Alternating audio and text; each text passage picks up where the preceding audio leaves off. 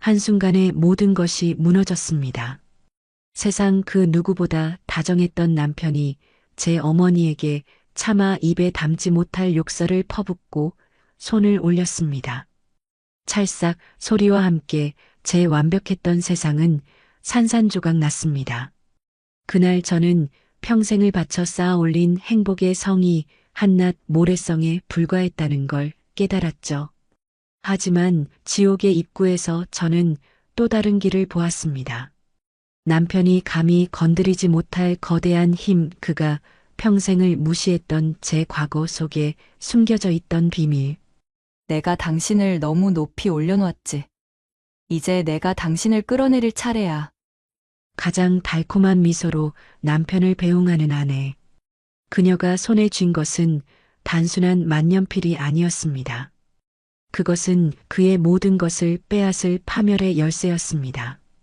그가 가장 높이 올라갔을 때 그녀의 가장 잔인한 복수가 시작됩니다. 과연 그녀는 자신의 모든 것을 걸고 이 지독한 복수를 완성할 수 있을까요?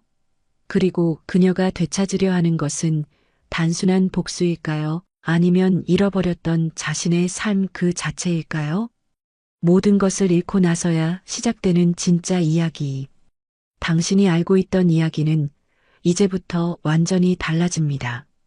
자, 이제 여러분께 들려드릴 오늘의 이야기 시작합니다. 그 전에 잠시 구독과 좋아요로 따뜻한 마음을 나누어 주시면 저희에게 정말 큰 힘이 된답니다. 늘 감사합니다. 이 늙은 년이 감히 나한테 훈계질이야. 닥쳐. 순간 제 귀를 의심했습니다. 세상 그 누구보다 다정했던 제 남편, 도진이었습니다. 제 어머니에게 차마 입에 담지 못할 쌍욕을 퍼붓는 그의 목소리가 지독한 소음처럼 귓속을 파고들었죠. 그리고 찰싹하는 소리가 거실의 정적을 갈랐습니다. 설마 하던 제 눈앞에서 남편의 손이 올라갔고 매정하게 엄마의 뺨을 내리쳤습니다. 모든 것이 사실이었습니다. 제 평생의 자부심이었던 남자의 추악한 민낯이 드러난 순간이었어요. 시간이 얼마나 흘렀을까요? 제 귀에는 아무 소리도 들리지 않았습니다. 세상의 모든 소음이 한순간에 멈춘 듯 지독한 이명만이 귓속을 울렸습니다. 벌겋게 부어오른 엄마의 뺨, 그 위를 덮고 있는 엄마의 작고 떨리는 손, 그리고 바닥에 흩어진 와인잔의 파편들. 이 모든 것이 마치 시간이 멈춘 그림처럼 제 망막에 고통스럽게 새겨졌습니다. 불과 몇 시간 전까지만 해도 이 집은 저의 완벽한 행복을 상징하는 공간이었죠. 한강의 물결이 금빛으로 부서지는 풍경이 한눈에 들어오는 최고급 주상복합 아파트. 계절마다 제가 직접 고른 생화가 향기를 뿜어내고 최고급 원목 마루는 먼지 한 톨 없이 반짝였습니다. 사람들은 제게 말하곤 했습니다. 민정 씨는 정말 복받은 사람이라고요. 가난한 고학생을 대한민국 최고 로펌의 파트너 변호사로 만들었으니 이만한 성공이 어디 있냐고 부러워했었죠. 그럴 때마다 저는 수줍게 웃으며 답했습니다. 제 남편 도진 씨가 워낙 뛰어난 사람이라서요. 저는 그저 곁에서 밥해주고 옷 다려준 것밖에 없어요. 하지만 제 속마음은 달랐습니다.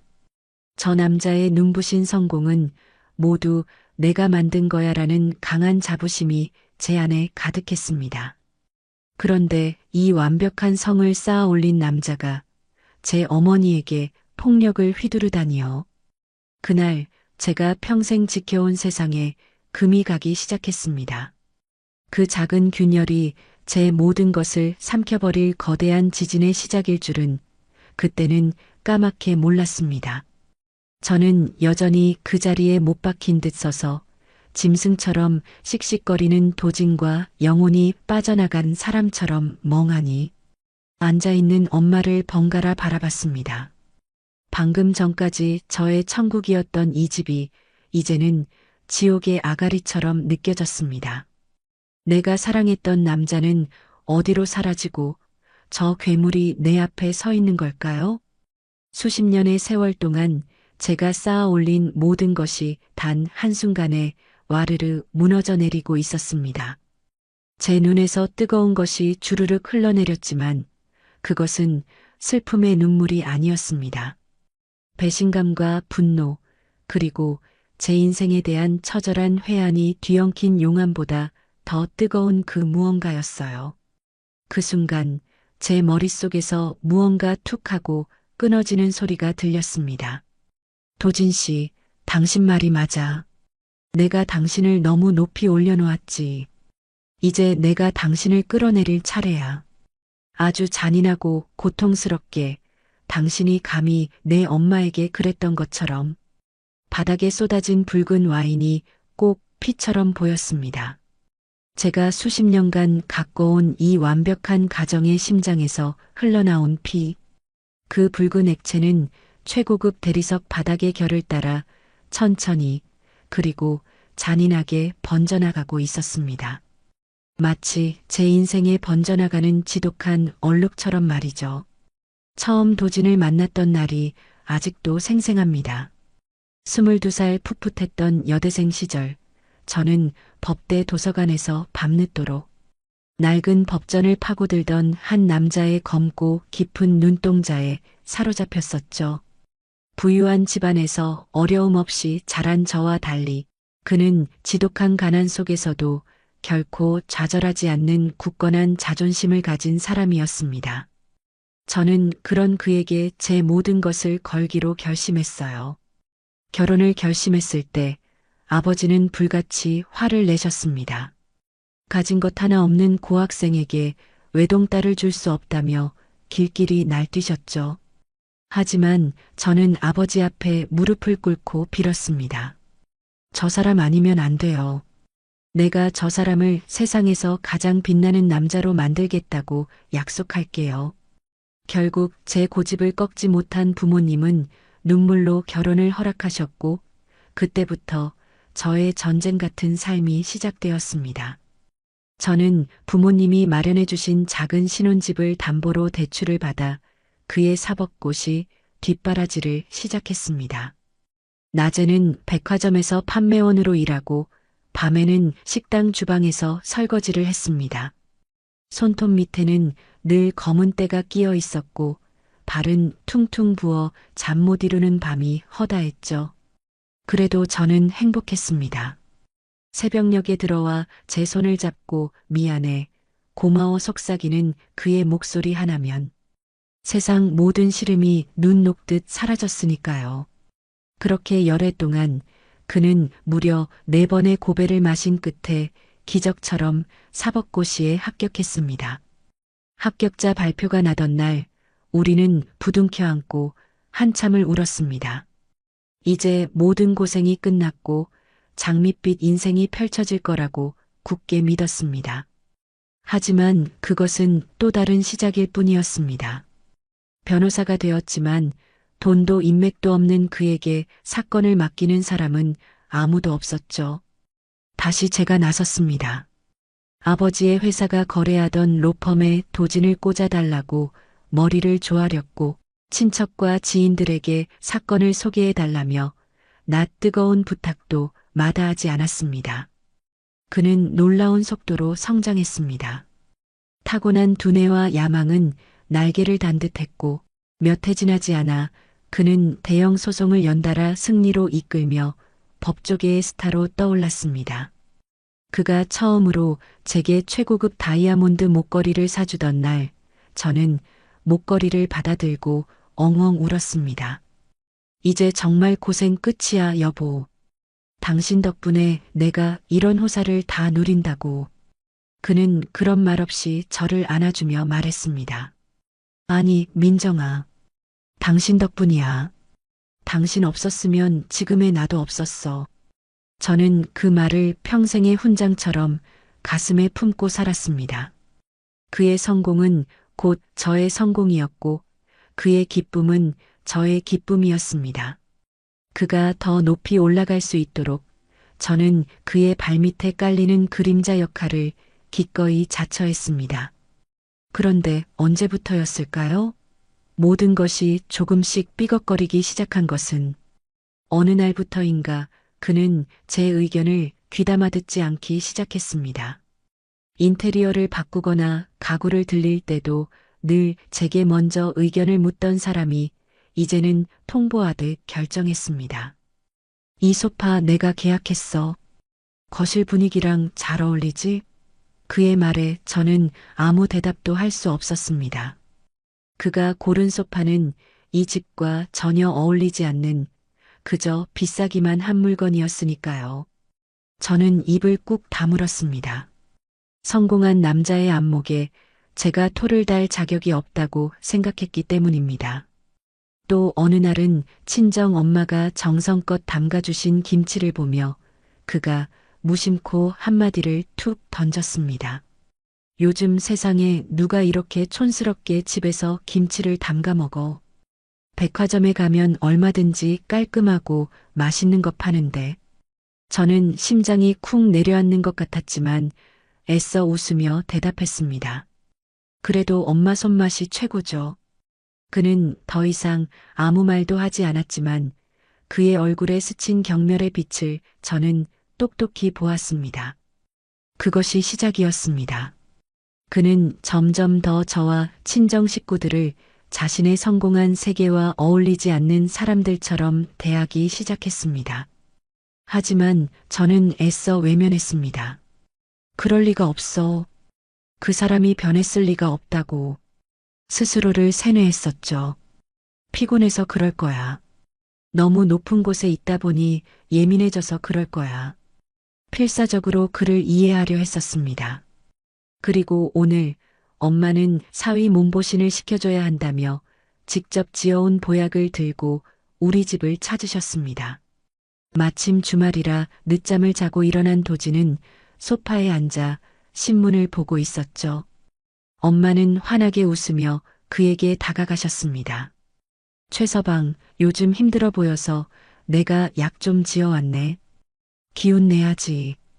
그 말에 그는 신문에서 눈도 떼지 않은 채 건성으로 대답했습니다. 아, 네. 장모님, 거기 두고 가세요. 엄마의 얼굴에 스쳐 지나가는 서운한 기색을 저는 놓치지 않았습니다. 엄마는 잠시 머뭇거리시더니 용기를 내어 한마디 덧붙이셨습니다. 최서방, 내가 자네를 아들처럼 생각해서 하는 말인데 사람이 너무 높이만 올라가면 발밑을 못 보는 법이야. 주변도 좀 돌아보고 겸손할 줄도 알아야 더 크게 되는 법이라네. 그것은 평생 자식을 걱정하는 어미의 마음에서 우러나온 진심 어린 조언이었습니다.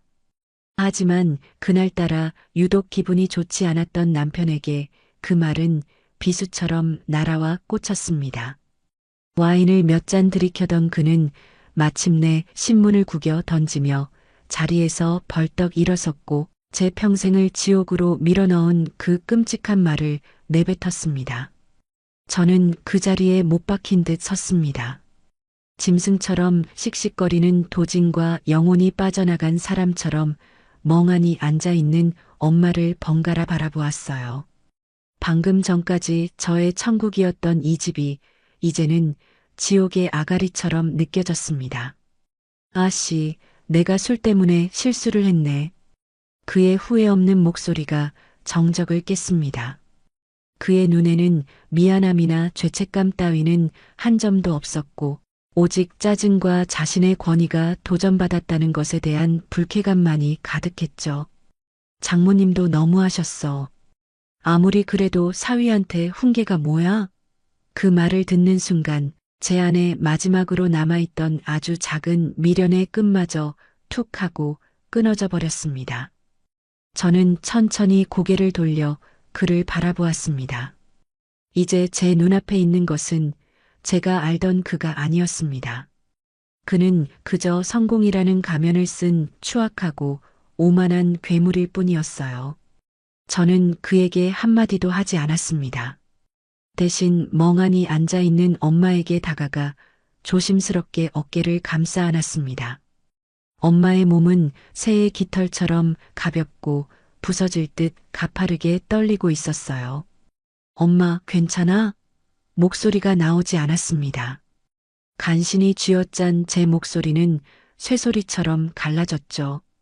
엄마는 저를 보며 힘겹게 입꼬리를 올려 웃어 보였습니다.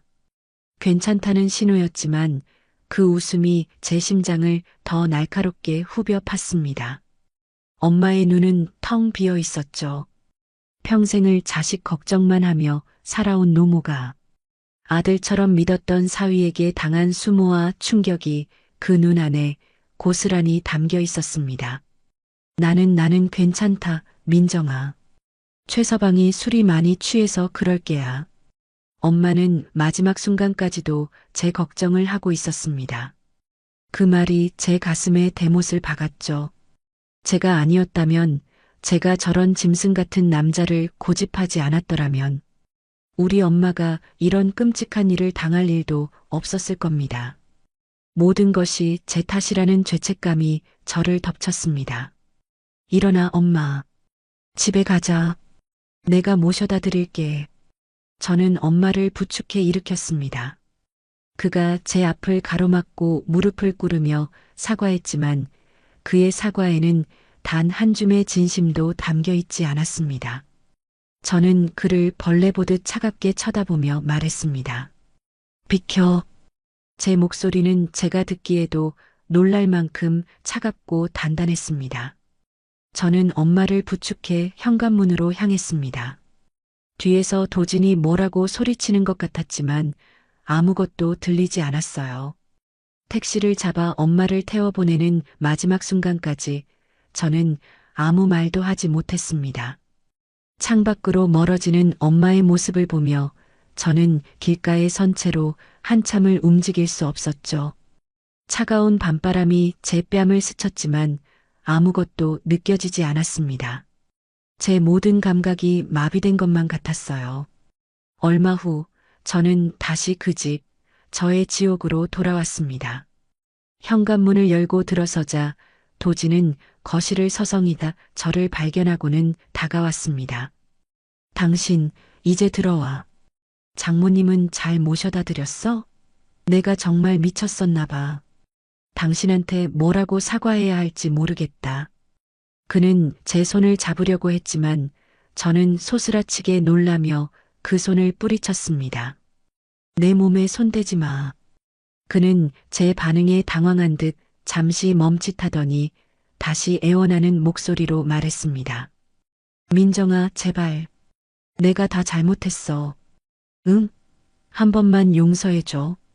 그의 말은 제 가슴을 비웃는 듯 맴돌았습니다. 저는 말없이 그를 지나쳐 와인이 쏟아진 거실 바닥으로 걸어갔죠. 그리고 깨진 유리 조각 하나를 집어들었습니다. 날카로운 파편이 제 손바닥을 파고들었지만 아무런 고통도 느껴지지 않았습니다. 저는 그 유리 조각을 든 채 그를 향해 천천히 돌아섰습니다. 당신, 지금 나한테 용서를 비는 거야? 제 목소리를 들은 그의 얼굴이 하얗게 질렸죠. 위험해. 일단 그거 내려놓고. 위험해? 당신이 내 인생을 이렇게 박살내놓고 내 엄마 얼굴에 손을 대놓고? 저는 그가 어머니에게 했던 말을 그대로 돌려주었습니다. 닥쳐. 그 더러운 입으로 변명하지 마. 저는 손에 든 유리 조각을 바닥에 떨어뜨렸고 쨍하는 날카로운 소리가 다시 한번 울려 퍼졌습니다. 오늘부로 당신이랑 나 끝이야. 그 말을 끝으로 저는 뒤돌아서 안방으로 향했습니다. 방문을 닫고 잠금 장치를 돌리는 그 순간 저는 세상과 완벽하게 단절되었습니다. 저는 침대에 쓰러지듯 누워 텅 빈 천장을 바라보았습니다.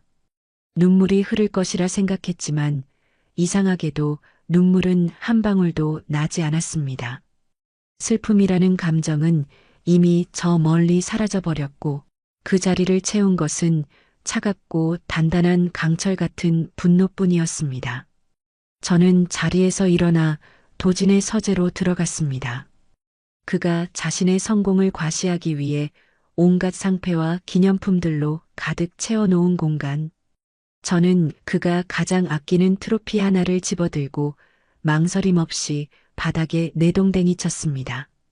굉음과 함께 트로피가 산산조각 났지만 제 분노는 조금도 가라앉지 않았습니다. 이런 걸로는 부족해. 이런 장난감 따위로는 저는 서재 깊숙한 곳에 있는 낡은 벽장으로 향했습니다. 결혼 전부터 제가 쓰던 물건들, 이제는 거추장스럽다며 도진이 치워버리라고 했던 잡동사니들이 처박혀 있는 곳이었죠. 저는 그 안에서 먼지 쌓인 앨범 하나를 꺼내 들었습니다. 제 젊은 시절, 그리고 돌아가신 아버지의 모습이 담겨 있는 낡은 사진첩. 한 장 한 장 넘기던 제 손가락이 어느 한 사진 앞에서 멈췄습니다. 빛바랜 흑백 사진 속, 이제는 세상에 없는 제 아버지, 박 회장과 젊은 시절의 한 남자가 어깨동무를 한 채 환하게 웃고 있었습니다. 명성그룹 김 회장 아버지의 가장 가까운 동지이자 지금은 대한민국 재계를 호령하는 거물 그 사진을 보는 순간 제 머릿속에서 번개처럼 하나의 길이 열렸습니다. 그래, 이거다. 도진, 당신을 무너뜨릴 방법. 당신이 그토록 자랑스러워하는 성공의 탑을 가장 밑바닥부터 하나씩 아주 처참하게 무너뜨려 주겠어.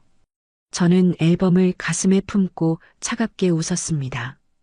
이제부터 시작이었죠. 진짜 지옥이 어떤 건지 내가 똑똑히 보여줄게. 다음 날 아침 알람이 울리기도 전에 눈을 떴습니다. 지옥 같던 밤이 지나고 찾아온 새벽은 이상하리만큼 고요했습니다. 한숨도 자지 못했지만 정신은 얼음물에 담갔다 뺀 것처럼 차갑고 명료했죠. 더 이상 눈물은 나지 않았습니다.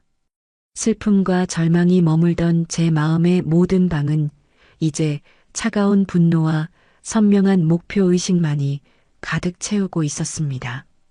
저는 조용히 욕실로 들어가 거울 앞에 섰습니다. 거울 속에는 낯선 여자가 저를 바라보고 있었습니다. 눈밑은 거뭇하게 죽어 있었고 입술은 핏기 하나 없이 바싹 말라 있었죠. 하지만 그 눈빛만은 이전에 순종적이고 무기력했던 민정의 것이 아니었습니다. 활활 타오르는 불꽃이 아닌 모든 것을 얼려버릴 듯한 시퍼런 냉기가 그 안에 서려 있었죠. 욕실을 나오자 안방 문 앞에서 밤을 새운 도진과 마주쳤습니다. 초췌한 얼굴에 충혈된 눈. 그는 제 눈치를 살피며 조심스럽게 입을 열었습니다. 여보, 잠은 좀 잤어? 내가 아침이라도 차릴까? 저는 그를 물끄러미 바라보았습니다. 그의 얼굴에서 저는 후회나 반성이 아닌 자신의 아내가 위태로워졌다는 것에 대한 두려움을 읽었죠. 그는 저의 분노가 두려운 것이고 이 안락한 삶을 잃게 될까봐 전전긍긍하는 것뿐이었습니다. 저는 아무렇지 않다는 듯, 아니 모든 것을 체념했다는 듯 희미하게 웃으며 말했습니다. 됐어요. 당신이 할 줄 아는 게 뭐 있다고. 내가 차릴 테니 씻기나 하세요. 제 반응에 그는 당황한 기색이 역력했습니다. 아마도 제가 울고불고 소리를 지르며 난리를 칠 것이라 예상했겠지만 저의 기묘한 평온함이 그에게는 더 큰 혼란과 불안을 안겨주었을 겁니다. 그것이 바로 제가 노린 것이었죠. 저는 주방으로 가 익숙하게 밥을 안 치고 그가 가장 좋아하는 북엇국을 끓이기 시작했습니다. 보글보글 끓어오르는 냄비를 보고 있자니 헛웃음이 났습니다. 평생을 이렇게 저 남자의 비위를 맞추고 입맛을 챙기며 살아왔구나. 하지만 오늘 이 아침 식사는 마지막 만찬이 될 것이었습니다. 그의 파멸을 위한 제 복수의 시작을 알리는 의식과도 같은 것이었죠. 식탁에 마주 앉았지만 우리는 아무 말도 하지 않았습니다. 그는 연신 제 눈치를 살피며 꾸역꾸역 밥을 넘겼고 저는 그런 그를 무심한 눈으로 지켜볼 뿐이었습니다. 침묵을 깬 것은 도진이었습니다. 저기 여보. 어제 일은 정말 내가 평생을 두고 갚을게. 장모님께는 내가 오늘 저녁에 바로 찾아뵙고 무릎 꿇고 사죄드릴게. 응? 저는 숟가락을 내려놓고 그를 똑바로 쳐다보았습니다. 됐어요. 가지 마세요. 뭐하러? 엄마가 당신 얼굴 보고 싶어 하실 것 같아요? 당신이 거기 간다고 뭐가 달라져요? 상처만 더 해집는 거지. 그냥 조용히 있어요. 시간이 약이겠죠. 저는 마치 모든 것을 용서하고 덮으려는 아내처럼 행동했습니다.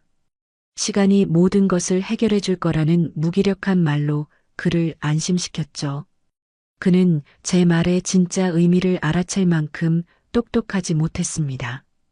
그저 이 위기를 넘겼다는 안도감에 그의 얼굴이 눈에 띄게 환해지는 것을 저는 똑똑히 보았습니다. 어리석은 인간. 내가 말한 시간은 상처를 치유하는 시간이 아니라 당신의 목을 조여올 복수의 시간이란 걸 당신은 까맣게 모르겠지. 그가 서둘러 출근 준비를 하는 동안 저는 다시 낡은 앨범을 꺼내 들었습니다. 어젯밤 저에게 한 줄기 빛을 보여준 그 사진. 아버지와 김 회장이 나란히 서 있는 사진을 가만히 들여다보았죠. 두 분의 인연은 평생의 동지 그 이상이었습니다. 아버지는 작은 섬유 공장을 운영하셨고 김 회장은 그 공장의 원단을 대는 시장 상인이셨죠. 가진 것 없던 두 젊은이는 밤새 막걸리 잔을 기울이며 더 큰 세상을 꿈꿨고 서로의 보증인이 되어주며 사업을 키워나갔습니다. 아버지가 돌아가시기 직전 제 손에 건네주신 몽블랑 만년필이 떠올랐습니다. 민정아, 이건 젊은 시절 김 회장이 나에게 선물한 첫 성공의 징표다. 만년필에 우리 두 사람의 이름을 새겨 넣었지. 살다 보면 정말 의지할 곳 하나 없는 막막한 순간이 올 수도 있다. 그때 이게 너를 지켜주는 부적이 될 게다. 다 너 때문이야. 내가 이렇게 창피를 주니까 이런 소리를 듣는 거야. 찰싹? 고급 레스토랑에 울려 퍼진 뺨 맞는 소리. 시어머니의 손에 공개적으로 맞은 며느리는 충격에 빠집니다. 하지만 더한 비극은 남편마저 어머니 편에 서서 아내를 탓하는 것이었죠. 믿을 수 없는 배신, 무너져버린 사랑. 이 가족은 몰랐습니다. 그들이 조롱하고 내쫓은 소박한 며느리의 친정 아버지가 거대한 기업을 이끄는 재벌 회장이라는 것을. 내 딸을 모욕하고 쫓아낸 집안에 더 이상 베풀 은혜는 없다. 아버지의 차가운 분노가 폭풍이 되어 그들을 향합니다. 거만했던 시어머니와 아내를 지켜주지 못한 남편에게 어떤 파멸이 기다리고 있을까요? 돈과 권력, 모든 것을 잃게 될 그들의 이야기가 지금 시작됩니다. 과연 복수의 끝은 어디일까요? 그리고 그들에게 남은 것은 무엇일까요? 이 이야기가 전하는 진짜 품격과 사랑의 의미를 함께 지켜봐 주세요. 그 전에 잠시 구독과 좋아요로 따뜻한 마음을 나누어 주시면 저희에게 정말 큰 힘이 된답니다. 늘 감사합니다. 찌는 듯한 여름 오후 청담동에 위치한 25층 아파트는 긴장감으로 가득했습니다. 거실에서는 오지의 여사가 거울 앞에 앉아 진주 목걸이를 매만지며 자신의 모습을 꼼꼼히 점검하고 있었고, 주방에서는 며느리 한유진이 조심스럽게 차를 우려내고 있었죠. 한유진이 차가 담긴 찻잔을 내밀자 오지의 여사는 차갑게 한숨을 내쉬었습니다. 아이고, 정말 내가 왜 이런 고생을 해야 하나 몰라. 그녀의 목소리에는 짜증이 가득 담겨 있었어요. 다음 날 그녀의 대학 동창 모임이 있었는데 문제는 그 자리에 며느리 한유진을 데려가야 한다는 것이었죠. 오지의 여사는 내키지 않아 했습니다. 어머님, 제가 뭔가 잘못했나요? 한유진이 조심스럽게 물었지만 오지의 여사의 표정은 더욱 날카로워졌습니다. 잘못한 게 뭔지 몰라? 내가 거기 가면 우리 집 체면이 말이 아니야. 다른 집 며느리들은 다 명문대 나오고 좋은 직장 다니는데 넌 뭐야?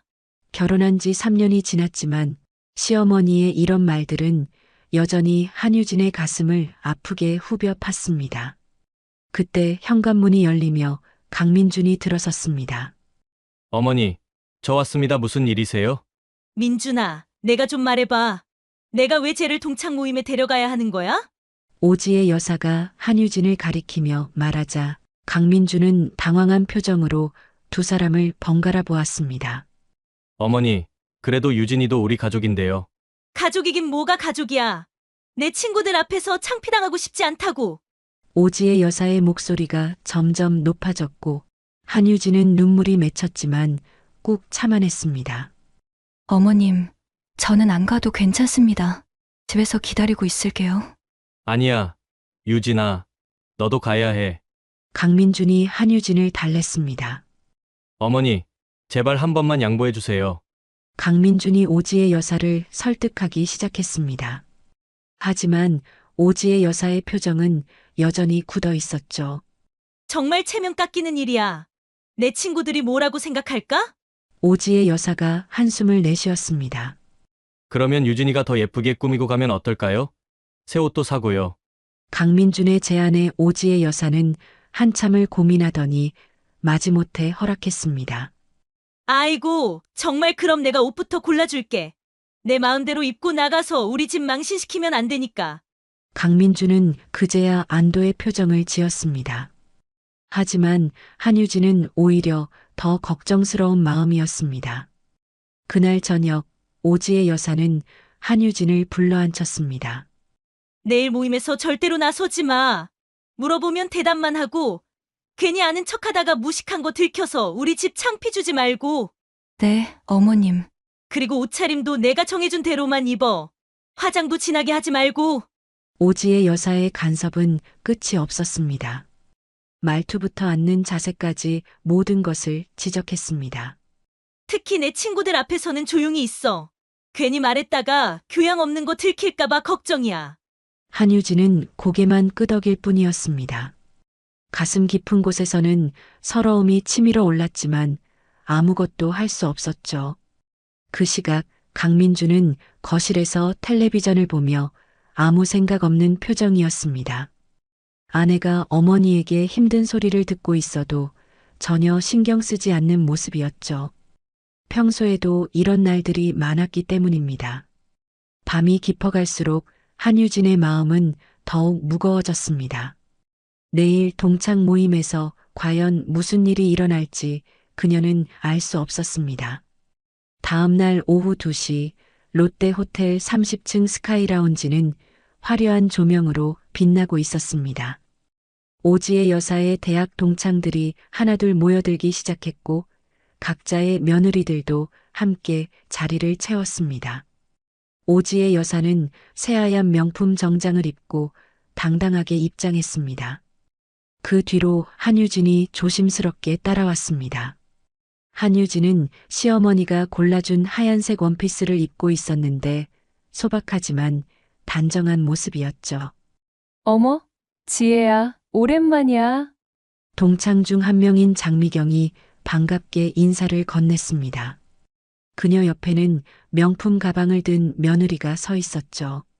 미경아, 정말 오랜만이네. 여긴 우리 며느리 한유진이야. 오지의 여사가 마지못해 한유진을 소개했습니다. 한유진은 정중하게 고개를 숙이며 인사했습니다. 안녕하세요. 저는 한유진입니다. 그런데 그때 또 다른 동창인 구정아가 화려한 옷차림의 며느리와 함께 나타났습니다. 여러분, 늦어서 죄송해요. 우리 며느리가 회사 일 때문에 늦었거든요. 얘는 삼성전자 과장이에요. 구정아의 자랑이 시작되자 다른 동창들도 하나둘 자신의 며느리를 자랑하기 시작했습니다.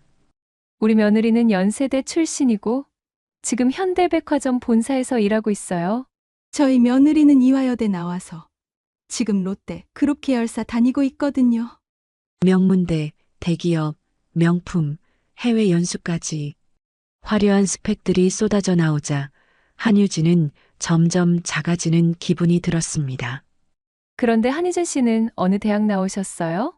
장미경이 날카로운 질문을 던졌습니다. 순간 테이블이 조용해졌고 모든 시선이 한유진에게 집중되었습니다. 한유진은 조심스럽게 대답했습니다. 저는 지방사립대학을 나왔습니다. 그녀의 대답에 미묘한 침묵이 흘렀고 오지의 여사의 얼굴이 붉어지기 시작했습니다. 아, 그렇구나. 그럼 직장은요? 지금은 집에서 살림을 하고 있습니다. 또다시 침묵이 흘렀습니다. 이번에는 더 길고 어색한 침묵이었죠. 요즘 며느리들은 다들 워킹맘이던데 참 여유로우시겠어요. 구정아의 말에는 은근히 비꼬는 투가 섞여 있었습니다. 오지의 여사는 얼굴이 화끈거렸습니다. 체면이 말이 아니었죠. 그때 웨이터가 다가와 메뉴를 건넸습니다. 오늘 추천 메뉴는 랍스터 테르미도르, 트러플 리조또입니다. 다른 며느리들은 자연스럽게 메뉴를 살펴보며 프랑스어 요리 이름들을 술술 읽어내렸습니다. 저는 부야베스로 할게요. 꼬꾸뱅이 맛있더라고요. 하지만 한유진은 메뉴판을 보며 당황했습니다.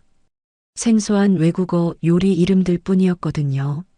한희준 씨는 뭘로 하시겠어요? 모든 시선이 다시 한유진에게 집중되었습니다. 한유진은 당황한 채 더듬거렸습니다. 저는 그냥 간단한 걸로요. 그 순간 오지의 여사의 얼굴이 완전히 굳어졌습니다.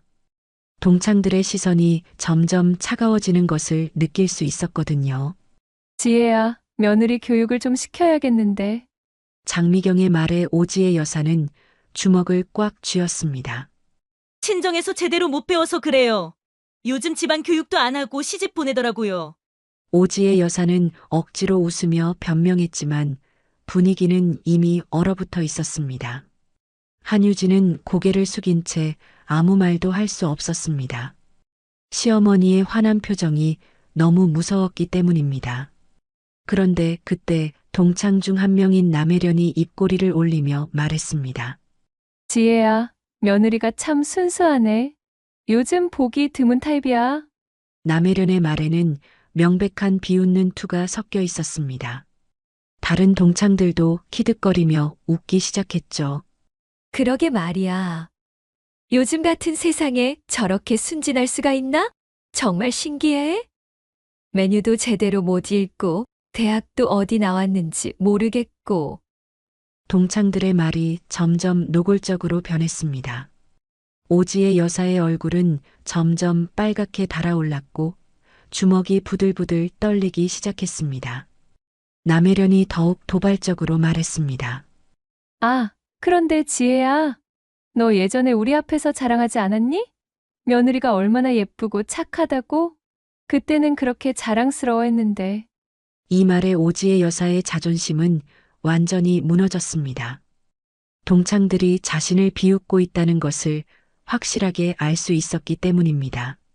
그런 소리 하지 마. 우리 며느리가 뭐가 어때서? 오지의 여사가 소리를 지르자 레스토랑의 다른 테이블에서도 시선이 집중되기 시작했습니다. 어때서? 보면 몰라? 여기 다른 며느리들 좀 봐. 다들 얼마나 똑똑하고 세련됐는데. 남혜련이 다른 며느리들을 가리키며 말했습니다. 그 며느리들은 어색한 표정으로 고개를 숙였지만 속으로는 우월감을 느끼고 있었습니다. 한유진은 더 이상 참을 수 없어 자리에서 일어서려 했습니다. 하지만 오지의 여사가 더 빨랐습니다. 너희가 뭔데 우리 며느리를 그렇게 말해? 오지의 여사의 고함에 레스토랑 전체가 조용해졌습니다. 모든 사람들의 시선이 그들의 테이블로 집중되었죠. 하지만 남혜련은 멈추지 않았습니다. 아이고, 지혜야, 왜 그렇게 흥분해? 사실을 말한 것뿐인데. 내 며느리가 우리 며느리들에 비해서 좀 떨어지는 건 사실이잖아. 그 순간 오지의 여사의 이성이 완전히 날아갔습니다. 모든 자존심과 체면이 산산조각난 기분이었습니다. 오지의 여사는 벌떡 일어나더니 갑자기 한유진에게 다가갔습니다. 한유진은 무슨 일이 일어날지 몰라 당황했습니다. 다 너 때문이야. 내가 이렇게 창피를 주니까 이런 소리를 듣는 거야? 그리고는 믿을 수 없는 일이 벌어졌습니다. 찰싹 오지의 여사가 한유진의 뺨을 힘껏 때린 것입니다. 레스토랑 전체에 그 소리가 울려 퍼졌죠. 한유진은 뺨을 감싸며 충격에 빠졌습니다. 동창들도 모두 얼어붙었고 다른 손님들은 웅성거리기 시작했습니다. 내가 제대로 된 며느리였다면 내가 이런 창피를 당했겠어? 다 너 때문이야. 오지의 여사는 완전히 이성을 잃은 상태였습니다. 공개적으로 며느리를 때리는 모습에 모든 사람들이 경악했습니다. 그런데 그때 강민준이 뒤늦게 나타났습니다. 회사 일로 늦었던 것이었죠. 무슨 일이에요? 왜 이렇게 시끄러워요? 강민준이 상황을 파악하지 못하고 있을 때 남혜련이 비웃으며 말했습니다. 민준아, 내 어머니가 며느리 교육을 제대로 시키시네. 공개적으로 뺨까지 때리시고. 강민준은 그제야 상황을 이해했습니다. 어머니가 한유진을 때렸다는 것을 알게 된 것이죠. 어머니, 이게 무슨 일이에요? 강민준은 놀란 표정으로 물었지만 오지의 여사는 여전히 흥분한 상태였습니다. 민준아, 내 아내 좀 봐. 여기서 얼마나 창피를 줬는지 알아? 그러자 강민준은 놀랍게도 어머니의 편을 들었습니다. 한유진, 내가 뭘 잘못했길래 어머니가 이러시는 거야? 한유진은 믿을 수 없다는 표정으로 남편을 바라봤습니다. 뺨을 맞은 것보다 더 큰 충격이었죠. 여보, 저는 아무것도 잘못하지 않았어요. 그냥 조용히 앉아 있었는데요. 조용히 앉아 있었다고. 매니도 제대로 못 읽고 대답도 제대로 못하고. 강민준의 말에 한유진은 완전히 절망했습니다. 남편마저 자신을 버린 것이었죠. 동창 모임이 끝나고 집으로 돌아오는 차 안은 죽음과 같은 침묵이 흘렀습니다. 오지의 여사는 뒷좌석에서 이를 악물고 있었고 한유진은 조수석에서 뺨의 아픔을 참으며 눈물을 삼키고 있었습니다. 강민준은 운전대를 잡고 있었지만 아내를 힐끗거리며 보았을 뿐 여전히 어머니 편이었습니다. 집에 도착하자 오지의 여사는 현관문을 거칠게 열며 들어갔습니다. 정말 창피해서 죽겠네. 내 평생 이런 망신은 처음이야. 오지의 여사의 목소리는 분노로 떨리고 있었죠. 한유진은 조심스럽게 신발을 벗으며 뒤따라 들어왔습니다. 어머님, 정말 죄송합니다. 제가 부족해서요. 한유진이 고개를 숙이며 사과했지만 오지의 여사의 분노는 더욱 커졌습니다. 죄송하다고? 죄송하다는 말로 오늘 당한 창피가 없어져?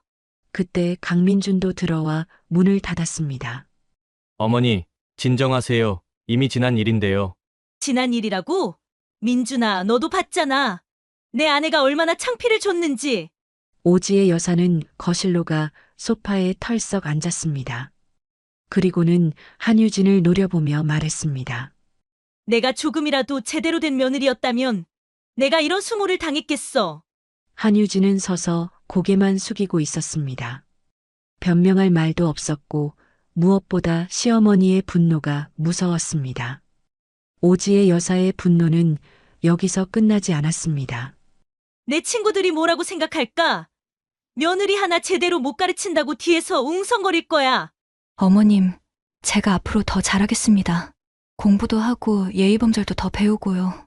한유진이 간절히 말했지만 오지의 여사는 코웃음을 쳤습니다. 지금 와서 뭘 배워? 이미 망가질 대로 망가졌는데. 그리고는 갑자기 벌떡 일어나 한유진에게 다가갔습니다. 너 같은 며느리 때문에 내가 평생 고개를 못 들겠어. 오지의 여사의 소리에 한유진은 움츠러들었습니다. 오지의 여사의 분노는 절정에 달해 있었죠. 내가 왜 이런 고생을 해야 해? 왜 내가 너 같은 며느리 때문에 창피를 당해야 해? 그러더니 오지의 여사는 믿을 수 없는 말을 했습니다. 이 집에서 나가. 당장 짐 싸서 나가. 어머니, 그건 너무 하시는 거 아닌가요? 강민준이 깜짝 놀라며 말했지만 오지의 여사는 돌아보지 않았습니다. 너무하긴 뭐가 너무해? 저런 며느리 때문에 우리 집안 망신만 당하는데. 어머니, 제발요. 유진이도 우리 가족이잖아요. 가족이라고? 저런 게 무슨 가족이야? 체면도 모르고 교양도 없는 게. 오지의 여사의 말에 한유진은 더 이상 참을 수 없었습니다. 눈물이 하염없이 흘러내렸죠. 어머님, 정말 죄송합니다. 제가 잘못했어요. 잘못했다고 해서 끝나는 게 아니야. 너 같은 며느리는 이 집에 필요 없어. 오지의 여사는 한유진의 팔을 잡고 현관 쪽으로 끌고 갔습니다. 당장 짐 싸서 내 친정으로 돌아가. 어머니, 이건 너무합니다. 강민준이 말렸지만 오지의 여사는 들을 생각이 없었습니다. 너도 조용해. 내가 제대로 된 아내를 데려왔다면 이런 일이 있었겠어? 결국 한유진은 눈물을 흘리며 방으로 들어가 간단한 짐을 쌌습니다. 강민주는 어쩔 줄 몰라 하면서도 끝까지 어머니를 말리지 못했죠. 한유진은 밤 11시에 작은 여행 가방 하나만 들고 친정집 앞에 서 있었습니다. 눈물이 마를 새도 없이 흘러내렸습니다. 딩동. 초인종을 누르자 곧 아버지 한재석 회장이 문을 열었습니다. 유진아, 이 밤중에 웬일이니? 한재석 회장은 딸의 모습을 보자 깜짝 놀랐습니다. 한유진의 뺨에는 여전히 손자국이 남아 있었고 눈은 퉁퉁 부어 있었거든요. 아빠. 한유진은 아버지를 보자 참았던 눈물이 터져 나왔습니다. 한재석 회장은 황급히 딸을 집 안으로 데려갔습니다. 어머, 유진아, 무슨 일이야? 어머니 정미숙도 잠옷 차림으로 나왔습니다. 딸의 모습을 본 순간 가슴이 철렁 내려앉았죠. 한유진은 소파에 앉아 흐느꼈습니다.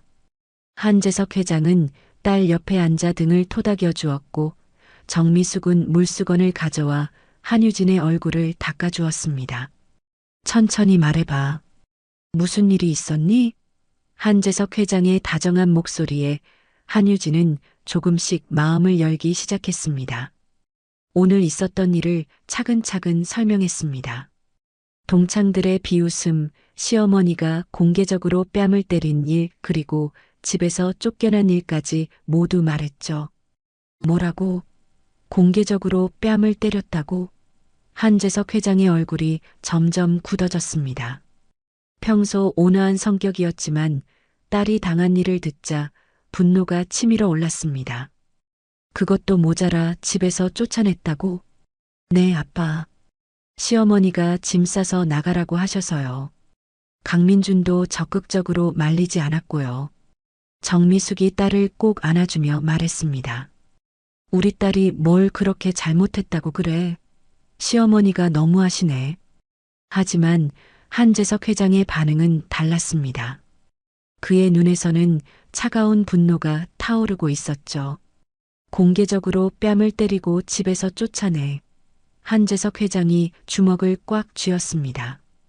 평생 딸을 소중하게 키워왔는데 그런 모욕을 당했다는 것이 참을 수 없었습니다. 유진아, 내가 뭘 잘못했니? 조용히 앉아 있었는데 무슨 잘못이 있어? 저도 모르겠어요, 아빠. 그냥 메뉴를 못 읽었다고 대학을 어디 나왔냐고 물어봐서 대답했을 뿐인데요. 한유진의 말을 들으며 한재석 회장은 점점 더 화가 났습니다. 그런데 그때 한유진이 더 충격적인 말을 했습니다. 시어머니가 그러시더라고요. 친정에서 제대로 못 배워서 그렇다고. 요즘 집안 교육도 안 하고 시집 보낸다고요. 그 순간 한재석 회장의 눈에서 번개가 쳤습니다. 뭐라고? 친정에서 제대로 못 배웠다고? 한재석 회장이 벌떡 일어났습니다. 평생 조용히 살아온 그였지만 이번만큼은 참을 수 없었습니다. 우리 집안 교육이 안 되어 있다고? 좋아. 그럼 제대로 보여주지. 한재석 회장의 목소리에는 차가운 분노가 담겨 있었습니다. 정미숙과 한유진은 이런 아버지의 모습을 처음 보았죠. 여보, 진정해요. 유진이만 더 힘들어져요. 정미숙이 남편을 말렸지만 한재석 회장은 이미 마음을 정한 상태였습니다. 아니야. 이번만큼은 그냥 넘어갈 수 없어. 우리 집안을 모욕하는 것도 그런데 내 딸을 공개적으로 뺨까지 때리고 집에서 쫓아내. 한재석 회장이 휴대폰을 꺼내 들었습니다. 아빠, 뭐 하시려고요? 한유진이 걱정스럽게 물었습니다. 한재석 회장은 딸을 보며 씁쓸하게 웃었습니다. 유진아, 아빠가 평생 조용히 살려고 했는데 이번만큼은 어쩔 수 없겠구나. 그리고는 전화번호를 누르기 시작했습니다. 밤늦은 시간이었지만 그에게는 중요한 일이 있었거든요. 그 시각 강민주는 자신의 회사인 은하건설 사무실에서 전화를 받고 있었습니다. 수화기 너머로 들려오는 목소리는 차갑기만 했죠. 저희 쪽에서 계약을 취소하겠습니다. 죄송합니다. 강민준의 얼굴이 하얗게 변해 있었습니다. 이번 주에만 벌써 3번째 계약 취소 통보였습니다. 지난 3년간 쌓아 올린 모든 것이 하루아침에 무너져 내리고 있었습니다. 강민주는 지난 3년간의 급성장이 시작된 시점이 정확히 한유진과 결혼한 직후였다는 것을 문득 떠올렸습니다. 혹시나 해서 옛 동료에게 전화를 걸었습니다. 형, 나 좀 물어볼 게 있어. 재석건설 한재석 회장 알지? 당연히 알지. 국내 건설업계의 큰손이잖아. 왜? 그분이 혹시 내 장인어른이야? 전화 너머로 긴 침묵이 흘렀습니다. 뭐라고? 한재석 회장이 내 장인어른이라고? 강민준의 심장이 쿵쿵 뛰기 시작했습니다. 모든 퍼즐 조각들이 맞춰지고 있었죠. 형, 한 회장이 영향력을 행사할 수 있는 업체들 리스트 좀 알려줄 수 있어? 받은 리스트를 확인한 강민주는 경악했습니다. 그동안 은하건설과 거래했던 주요 업체들이 모두 포함되어 있었던 것입니다. 강민주는 급히 장인어른께 전화를 걸었습니다. 아버님, 저 강민준입니다. 한번 뵙고 싶습니다. 한재석 회장의 목소리는 차갑기만 했습니다. 할 말이 있으면 전화로 해라. 아버님, 혹시 저희 회사 일에 관여하고 계신 건 아닌지요? 한재석 회장은 잠시 침묵했다가 담담하게 대답했습니다. 그동안 내 사업을 도운 것도 나고 이번에 손을 뗀 것도 나다. 강민주는 머리가 새하얘졌습니다. 왜 갑자기 이러시는 겁니까? 내가 내 딸을 어떻게 대했는지 모르고 하는 소리야? 유진이가 시어머니에게 모욕당할 때도 못 들은 척, 그 상황을 겪고 쫓겨났을 때도 너는 유진이 편을 들어주지 않았지. 그런데 내가 너를 더 도와야 할 이유가 있을까? 강민준의 목소리가 떨렸습니다. 아버님, 제가 잘못했습니다. 다시 기회를 주세요. 기회는 이미 끝났어. 내 딸이 그 집에서 받은 모욕의 대가를 이제 너희가 치르게 될 테니. 전화가 끊어졌습니다. 강민주는 털썩 주저앉았습니다. 한편 오지의 여사는 며칠째 불안에 떨고 있었습니다. 아들의 사업이 급격히 기울고 있다는 소식을 들었기 때문입니다. 민준아, 대체 무슨 일이니?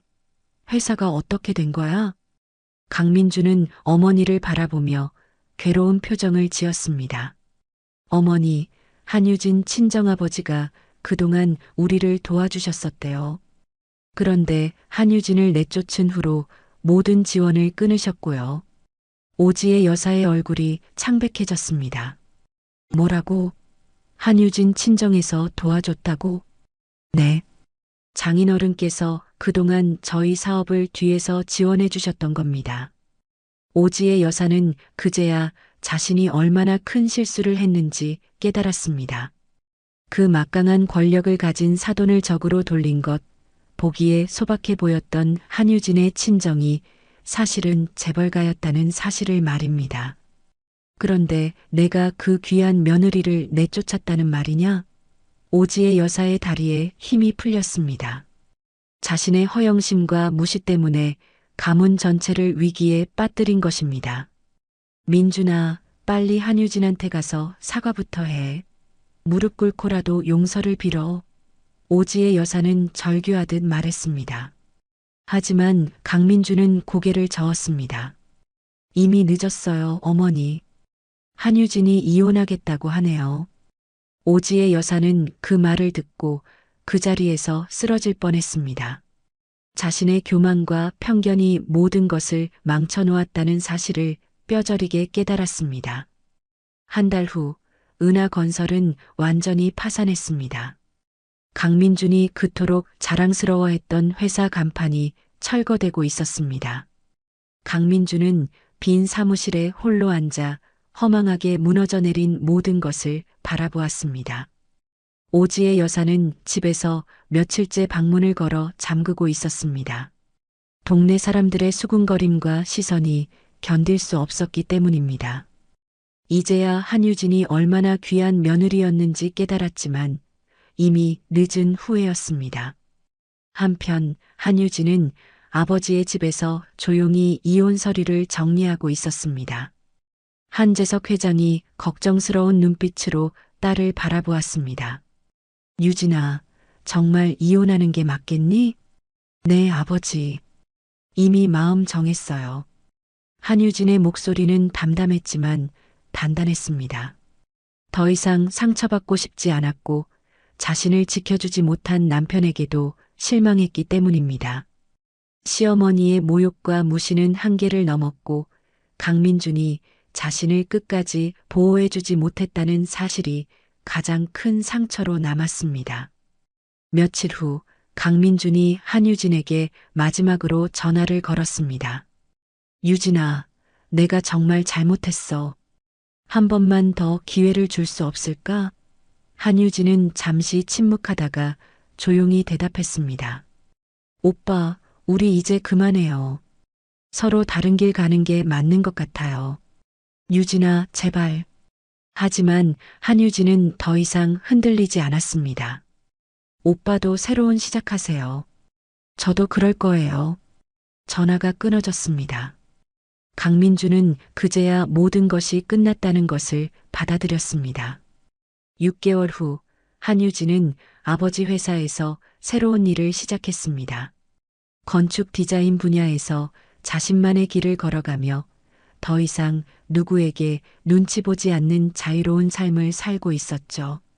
어느 화창한 봄날 한유진은 자신이 설계한 건물 앞에서 환하게 미소 지었습니다. 고통스러웠던 과거는 이제 정말 과거가 되었습니다. 반면 강민준 가족은 여전히 어려운 시간을 보내고 있었습니다.